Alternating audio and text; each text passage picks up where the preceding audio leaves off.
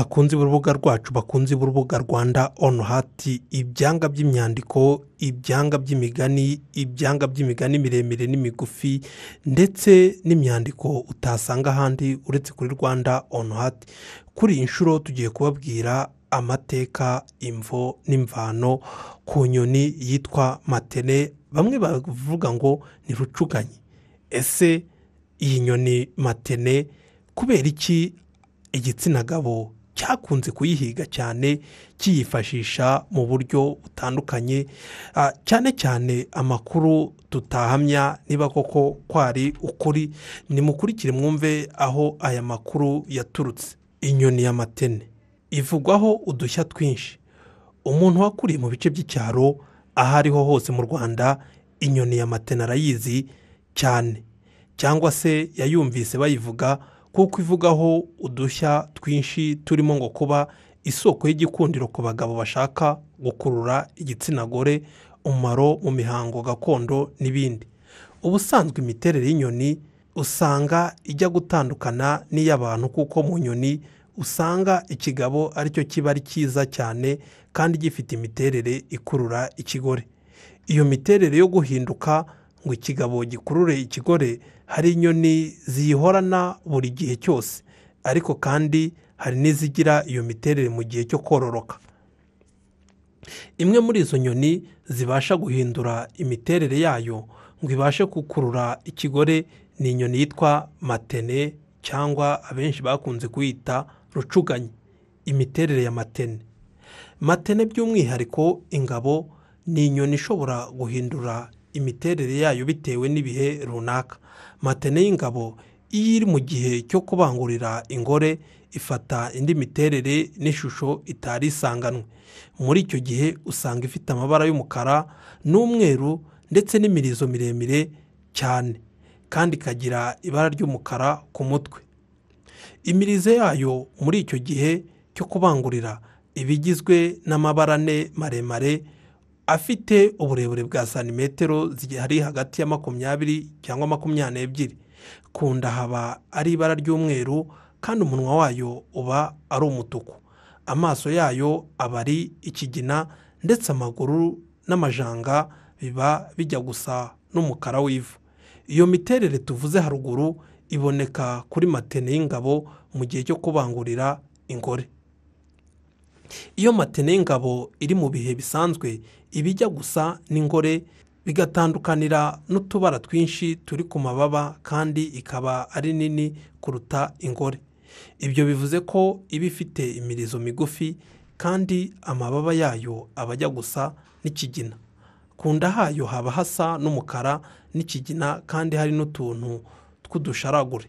Matene zishobora kuboneka mu busitani, umukenke, mu byatsi, mu mirima n'ahandi. Uburebure bwa Matene bubarirwa kuri santimetero 12, ikagira uburebure bwa garama 14 na 19. Matene kandi ishobora kubaho kugera ku myaka 7. Iyi nyoni yitwa Matene itungwa n'imbuto ikura mu byatsi ndetse n'udusimba duto. Utwo dusimba ibasha kudufata mu gihe tuba turimo kuguruka. Imyororokere ya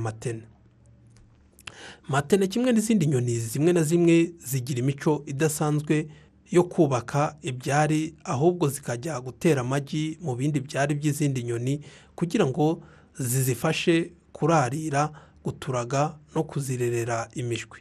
Matene y'ingabo iyo iri mu gihe cyo kubangurira ingore, iba ifite umubare munini w'ingore zigaragiye, kandi iba ifite amahane menshi, ku buryo yirukana izindi nyoni kugira ngo yisanzure yo n'ingore zayo.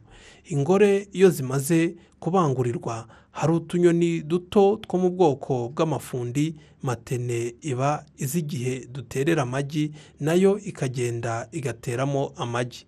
Amagi ya Matene aba ari umweru. Iyo Matene ije gutera amagi mu cyari cy'izindi nyoni, ntacyo itwara amagi isanzemo, ahubwo yongeramo ayayo gusa. Iteramo amagi ari hagati y'2 na 4. Izo nyoni zirarira amagi yose kandi zikayaturaga. amagi ya matene aturagwa nyuma y'iminsi 11 na 12. Nyuma y'ibyumweru bitatu imishwi ibimaze gukura bihagije. Imishwi ya matene ishobora kwigana amajwi y'imishwi ya yanyoni itari nyina. Gusa nubwo iyo mishwi iyo ikiri mito ibijya gusa n'iyo nyoni yaraririye amagi iyo mishwi yaturutsemo. Imishwi ya matene iba ari minini kandi uko igenda ikura igenda ihirika hasi iyo mishwi yindi. Ibyo bigatuma imishwi ya yanyoni yaraririye amagi ya matene ipfa. Ibibangamira amatene. Mu Rwanda kenshi abantu b'igitsina gabo bakunda guhiga amatene y'ingabo by'umwihariko igihe iri mu gihe cyo kubangurira. Akenshi bayihiga bagamije kuyica ngo babone imirizo yayo kuko bizeraga ko yifitemo ubushobozi bwo kubafasha kureshya igitsina gore kabone nubwo cyaba kitabakunda. Hari nkaho bajyaga bavuga ku byerekeye ibaba ry'inyoni ya matene ngo ryakoraga ibitangaza ku bahungu babaga bashaka kwigarurira imitima y'abakobwa. Ngo iyo wabonaga iryo baba maze ukarikoza mu nkari z'umukobwa wifuza ngo yahitaga agukunda akakwishakira. Mu bihugu bimwe na bimwe byo ku isi ahakorwa ubucuruzi bw'inyoni, matene iri mu nyoni zikundwa kugurishwa ikajya kororwa cyangwa gukoreshwa mu yindi mihango. Ibyo bituma ziza mu nyoni zishobora gushira ku isi kuko zihigwa na benshi cyane. Rero benshi mwari mufite imyumvire y'uko inyoni ya matene ishobora kubafasha gukurura abagore cyangwa se abakobwa. Aha twahamya ko ari imyumvire. Turabashimiye bakunzi b'urubuga Rwanda on Heart, bakunzi b'urubuga rwacu mudahwema kubonaho inkuru zitandukanye zibafasha kugira ubumenyi butandukanye. Nta kindi mwakora atari ugukanda subscribe, share, comment, like mugakomeza kubona imigani miremire, imigufi, inkuru zitandukanye nyinshi tuba twabahitiyemo. Murakoze kudukurikira. Ni kuri Rwanda on Heart.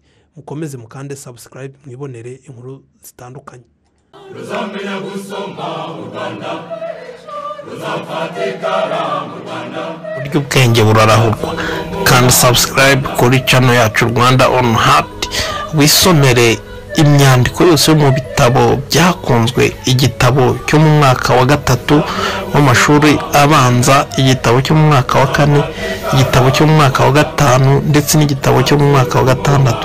Ni ibitabo akenshi utasanga ahandi hose, ndetse ni n'imigani ndetse n'imyandiko inogeye amaso.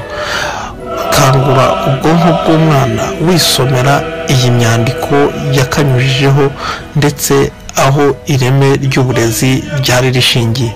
Ni kuri channel Rwanda on Heart. Kanda subscribe, ukande like, ukande share.